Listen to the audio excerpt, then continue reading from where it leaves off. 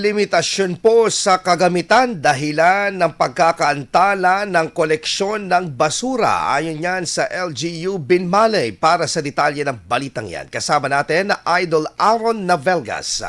104.7 IFM. Report!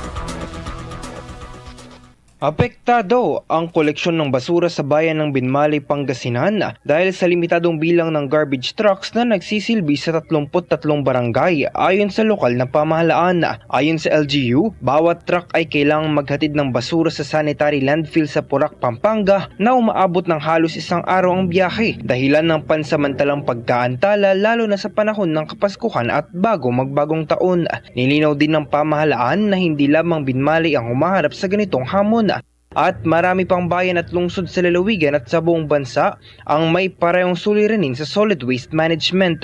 Nanawagan ng LGU sa publiko na makiisa sa tamang segregasyon at pagtatapon ng basura upang mapabilis ang koleksyon at maiwasan ang tambak na basura. Patuloy din ang paghahanap ng lokal na pamahalaan ng mas maayos at pangmatagalang solusyon para sa kalinisan at kalusugan ng mamamayan. Kasama mo sa IFM News Tagupan, Idol Aaron Navelgas sa TAC IFM.